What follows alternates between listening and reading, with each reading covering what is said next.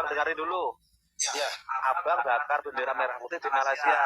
Biar pemerintah kita terprovokasi untuk nyerang Malaysia gitu loh. Oh, Simpelnya gini aja, simpelnya bendera Malaysia itu harus dibakar atau kita injak-injak di Indonesia, di dalam nah Indonesia. itu aja jangan Contohnya seperti di Aceh. Yang ini kebanyakan semua dalam room ini adalah bekas pati yang tersakiti, yang pernah ditangkap. oh. Jadi yang ngomong tadi itu mereka itu bekas pati di Malaysia yang kemudian ditangkap dan dipenjara dan dipulangkan ke negara Indonesia. Kemudian sakit hati, dendam, buatlah provokasi seperti itu.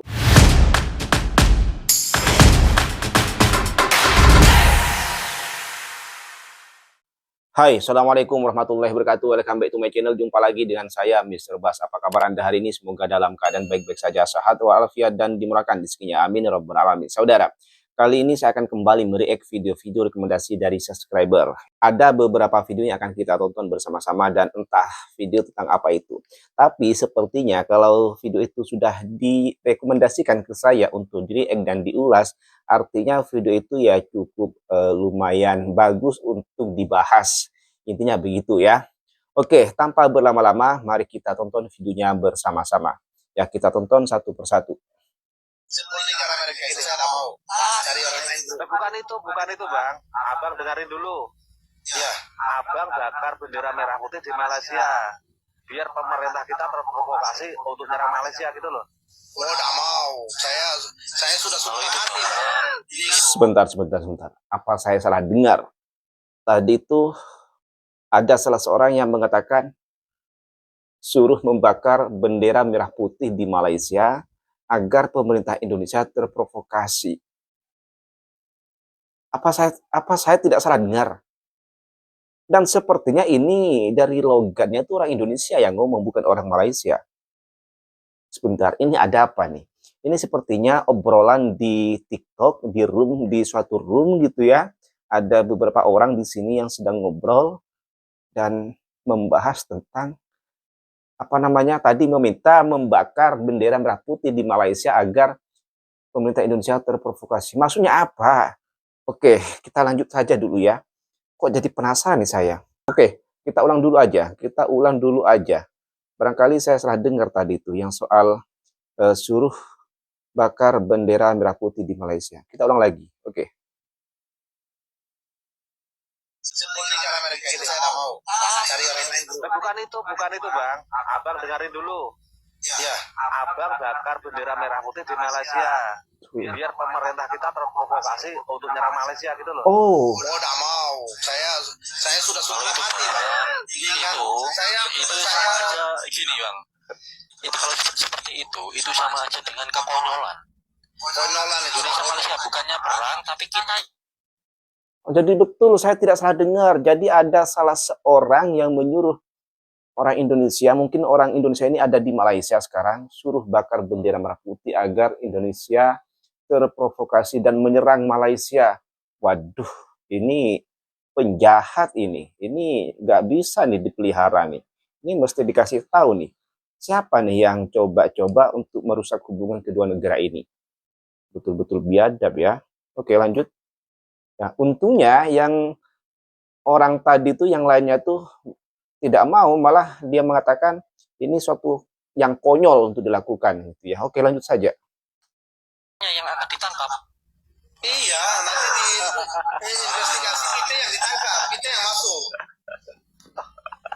Simpelnya gini aja, simpelnya bendera Malaysia itu harus dibakar atau kita injak-injak di Indonesia, di dalam Indonesia. Nah, itu aja jangan. Contohnya seperti di Aceh. Bendera Malaysia disuruh injak-injak dibakar di Indonesia. Kehormatan satu bangsa itu tidak boleh kita. Oke. Yang Karena satu baru orang, ini dua orang, Sandi, bendera satu Malaysia orang atau dibakar satu di golongan Malaysia bersalah, kita hukum semuanya tidak boleh. Bisa Gila betul ya. Ini siapa sih yang ngomong nih? MD Kabir kah yang ngomong tuh? Tadi suruh bakar bendera merah putih di Indonesia, di Malaysia mereka nggak mau, terus disuruh bakar bendera Malaysia di Indonesia, diinjak-injak, dibakar gitu. Betul-betul konyol, betul-betul gila nih. Ya, bagusnya yang lain tuh masih waras pemikirannya, nggak seperti yang yang tadi yang jadi provokator itu. Ini kayaknya bukan manusia ini. Oke, lanjut. Bikin aksi itu bendera Malaysia dibakar itu. Lah tentara Malaysia kan marah dia nyerang Indonesia. Saya tidak sepakat lah dengan itu. Oke, saya Bendera Malaysia di Aceh dibakar ini yang baru-baru ini.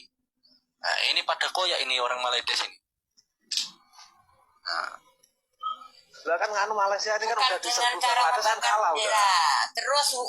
Terus kita macam ini nanti lama-lama perang-perang sendiri nanti. Oh, ditontonin juga ya. Saling. Saya Kayak ini gini. kita Saya ini Malaysia ini saya pengen melihat Malaysia sama Indonesia itu perang. Pengen lihat yang menang yang mana gitu loh. Anjing, Pembuktian maksudnya itu. gila. Malaysia kan merasa kaya. kita Sendiri kan tadi kan ini di bawah nih, di bawah nih Bangla yang berkawin dengan perempuan Indonesia yang ada dekat Malaysia, yang atas nih adalah pernah bekerja jadi pati dekat Malaysia. Lepas tu ditangkap sebab tu tersakiti sangat dengan negara Malaysia. Lepas tu yang ini tak tahu. Yang ini kebanyakan semua dalam room ni adalah bekas pati yang tersakiti, yang pernah ditangkap. Oh. Jadi yang ngomong tadi tuh mereka itu bekas pati di Malaysia yang kemudian ditangkap dan dipenjara dan dipulangkan ke negara Indonesia. Kemudian sakit hati, dendam, buatlah provokasi seperti itu. Alamak, salahmu sendiri masuk ke negara orang dengan cara yang tidak sah, kemudian ditindak oleh aparat Malaysia, Anda tidak terima. Malah mau memprovokasi dua negara agar berperang. Betul-betul gila. Oke, lanjut. Aku tadi dengar nih, dia mengajak perang dengan Malaysia, sorry. Kau tak sedar ke? Yang rakyat Indonesia kebanyakan mencari ringgit dekat Malaysia ni. Kau tak malu ke? Betul-betul. Ini orang Malaysia kan? Yang ngomong. Rakyat Indonesia ibaratkan, dengar ya. Rakyat Indonesia ibaratkan menjadi keset kaki orang Malaysia. Tak payah nak perang-perang sangat lah. Indonesia sudah kalah dengan Malaysia. Sudah menjadi pembantunya rakyat Malaysia Indonesia ya. Tak payah nak perang-perang sangat. Tak payah nak jadi provokasi antara dua negara. Aduh. Anggota TNI memilih mundur hindari konflik terbuka dengan warga Cina bersejarah di Ketapang, Kalimantan Barat. TNI mengambil langkah terbaik hindari konflik dengan warga negara Cina. TNI saja menghindari konflik. Sedangkan rakyat biasanya cecunguk semua nih yang ada dalam room nih, termasuk Bangla seekor nih, nak berperang pula. Kalian tak sedar ke? Yang warga negara Indonesia kebanyakan jadi pendatang haram dekat dalam negara Malaysia ni. Lebih baik tak payahlah nak berperang, buat malu lah. Oke, jadi kebanyakan di situ di room itu tuh mantan pati, mantan TKI ilegal di Malaysia yang kemudian ditangkap, dipenjara dan dipulangkan. Lalu mereka menyimpan dendam karena sakit hati kepada Malaysia. Tadi kalau saya tidak salah dengar si Aka tadi nih, dia tuh Aka apa abang sih yang rambut panjang nih. Sepertinya yang memprovokasi itu yang tadi bilang bendera Indonesia itu dibakar di Malaysia agar pemerintah Indonesia terprovokasi, sepertinya itu orang Bangla ya. Entah tahu siapa ya. Intinya entah itu orang Bangla, orang Indonesia, kalau sudah bergabung dalam satu room Indonesia seperti ini ya artinya di antara mereka ada yang satu frekuensi. Tapi bagusnya yang lainnya itu tadi itu tidak setuju ya, bahkan dikatakan konyol tuh idenya tuh untuk membakar bendera ya, dan mereka tidak mau berperang ya. Bagusnya masih ada yang waras akal sehat mereka ya. Dan apa ya, untuk warga Indonesia yang masuk ke negara Malaysia dengan cara ilegal, kalau kalian ditangkap di sana, itu karena Anda melanggar undang-undang, ya, datang ke negara orang dengan cara tidak sah. Itu sudah sepatutnya, kalau sudah sewajarnya Anda ditangkap dan dipenjara. Jadi, janganlah sakit hati, janganlah dendam kalau nanti dikembalikan ke negara Indonesia. Ya, ketika Anda masuk dengan cara ilegal, kalian harus tahu risikonya seperti apa. Jangan kemudian malah sakit hati dan dendam, buat provokasi yang tidak-tidak. Sadar nggak sih, warga kita tuh banyak di sana. Kalau pemerintah Indonesia berperang dengan Malaysia, ya, kalau Indonesia berperang dengan Malaysia, mau kerja di mana warga Indonesia? Gila betul ya orang-orang seperti ini nih, ya. Jangan sampai hubungan Indonesia dan Malaysia itu jadi retak gara-gara seonggok manusia-manusia seperti ini, ya, yang tidak punya pemikiran, yang hanya punya pemikiran dendam, sakit hati, dan provokasi seperti ini. Tidak bagus. Dan saya sedikit ini ya, tadi diksi yang digunakan oleh si Aka tadi tuh, yang itu tuh yang dikatakan bahwa banyak para TKI orang Indonesia yang menjadi keset orang Malaysia, itu saya agak agak nyes gitu. Sepertinya kayaknya itu kurang patut lah untuk diperkatakan, untuk disebutkan tuh, ya. Mungkin bisa dihaluskan lagi tuh bahasanya, jangan ambil besi keset kaki orang Malaysia, agak-agak gimana gitu, ya. Meskipun tidak menutup kemungkinan juga ada ramai netizen Indonesia yang menggunakan diksi-diksi kurang elok tentang Malaysia, ya. Entahlah, saya juga bingung. Oke, lanjut video selanjutnya ya. Ini sudah selesai. Kita tonton video selanjutnya yang juga merupakan rekomendasi dari subscriber. Tentang video apa itu? Pemerintah segera bangun kampus gratis untuk seluruh masyarakat Indonesia. Oke. Ini Prabowo ya. Saudara-saudara, kita kekurangan dokter. Kita kekurangan ratusan ribu dokter. Rakyat kita perlu dokter, perlu Betul. dokter gigi. Tidak bisa hanya dengan bicara, dengan memfitnah, menghardik, mengejek, tidak bisa. Kita harus buka sekolah-sekolah, kampus-kampus yang banyak, dan saya akan buktikan kepada seluruh rakyat Indonesia, dalam waktu dekat kita akan buka kampus-kampus kedokteran. Dan di kampus kedokteran ini, dan rencana saya, kampus-kampus kedokteran, kampus-kampus teknik, dan yang sebagainya, nanti dibuka untuk semua anak-anak Indonesia.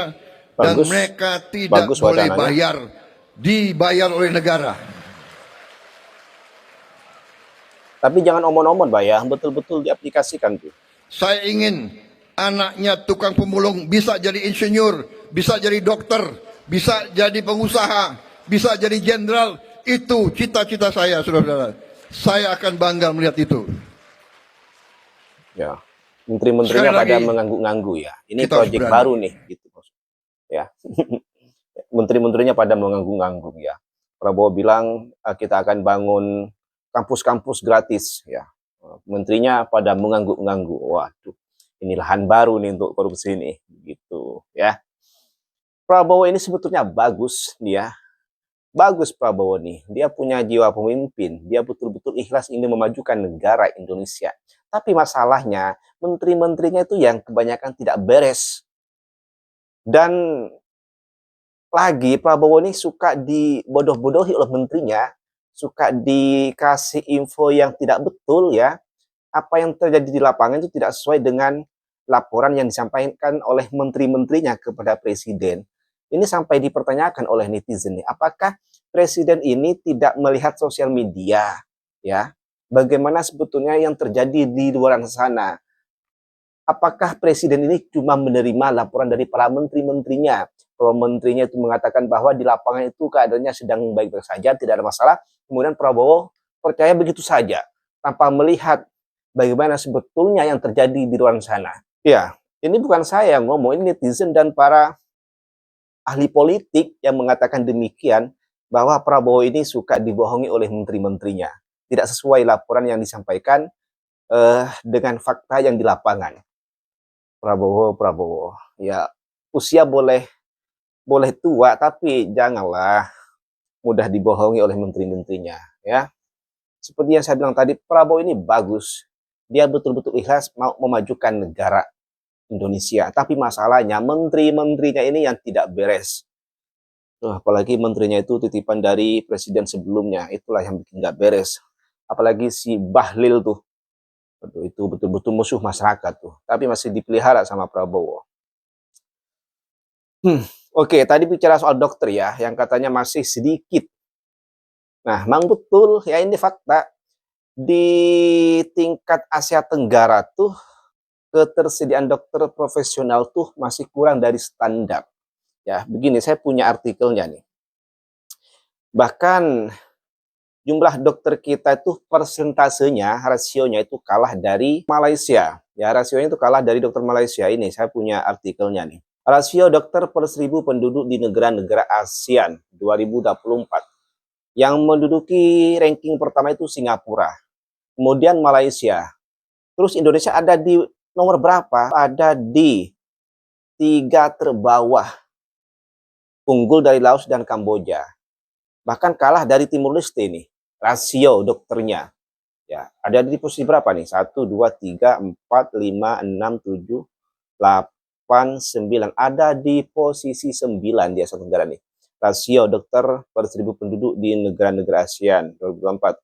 Ada berapa sih per 1000 penduduk dokter di Indonesia nih? Standarnya ya, rasio dokter itu tiap negara itu per 1000 penduduk itu 1 banding 1000. Jadi setiap ada 1000 penduduk di situ harus ada 1 dokter. Tapi di Indonesia itu cuma ada 0,69 per 1000 penduduk, tidak sampai 1.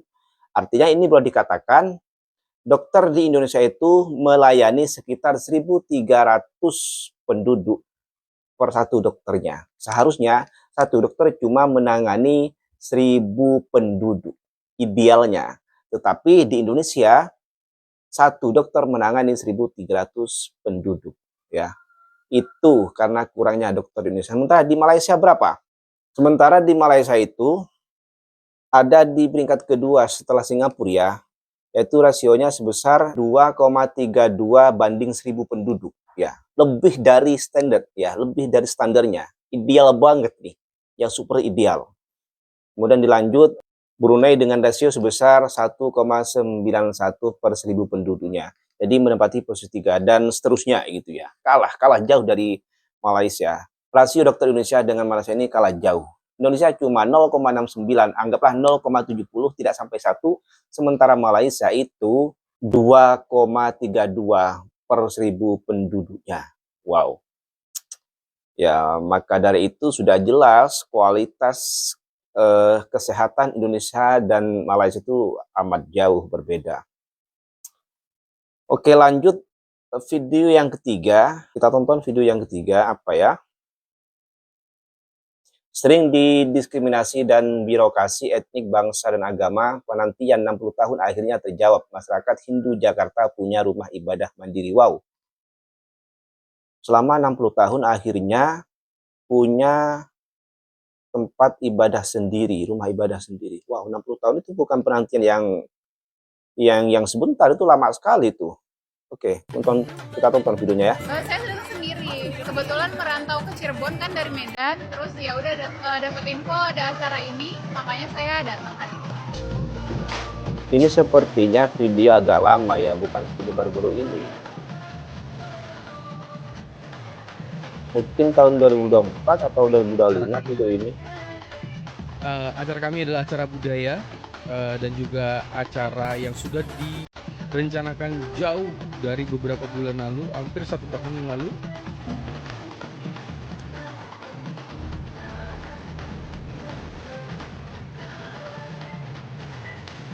Kami speechless, Pak. Tidak punya kata-kata. Ya, ini nampaknya udah agak lama nih Hari videonya. ini Atau mungkin ada beberapa video yang bisa terjadi satu ritual suci peletakan batu pertama.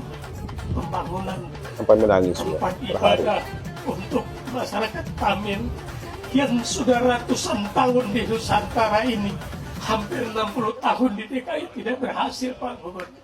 Ya kayaknya ini di zaman-zamannya Anies Baswedan memimpin atau menjadi gubernur di Jakarta. Karena pada saat itu ramai tempat-tempat ibadah non-Islam itu dibangun ya, mendapatkan izin untuk membangun gitu. Ini kayaknya 6 atau 5 tahun yang lalu begitu, dan ya cukup lama juga penantian 60 tahun tuh untuk mendapatkan izin mendirikan rumah ibadah untuk umat Hindu ya, bagi bangsa Tamil di Jakarta. Ya memang tidak bisa dipungkiri sih, memang ada di beberapa daerah yang masih mendiskriminasi kaum minoritas atau agama minoritas di negara tercinta ini, di negara Indonesia ini. Salah satunya seperti agama Hindu ya di Jakarta, yang sampai ini 60 tahun penantian baru punya rumah ibadah sendiri. Bentuk diskriminasinya itu seperti susahnya untuk membangun rumah ibadah sendiri, susah untuk mendapatkan izinnya gitu, dan lain-lain. Ya lebih kepada ini sih, lebih kepada susah mendapatkan izin untuk mendirikan rumah ibadah, tempat ibadah bagi agama minoritas begitu. Tapi sekarang sudah tidak. Ini dulu yang seperti ini.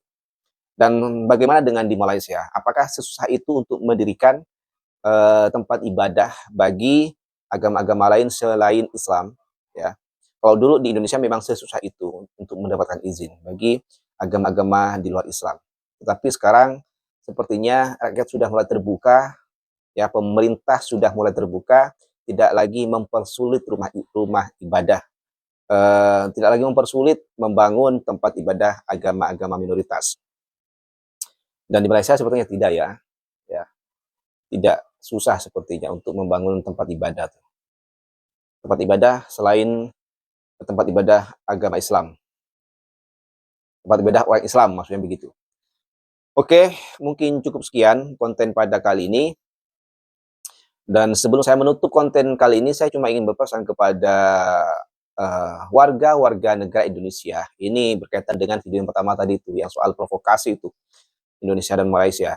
Untuk warga Indonesia yang pergi ke Malaysia dengan cara ilegal, kemudian Anda ditangkap dan dipenjara, kemudian dipulangkan ke Indonesia, itu adalah risikonya. Risiko bagi orang-orang warga asing yang datang ke Malaysia dengan cara yang tidak sah, dengan dokumen yang tidak lengkap, dengan prosedur yang tidak betul, itu sudah risikonya. Jadi Anda harus siap dengan risiko itu. Jangan kemudian Anda sakit hati dan dendam, membuat provokasi sana sini untuk membuat hubungan Indonesia dan Malaysia ini menjadi keruh.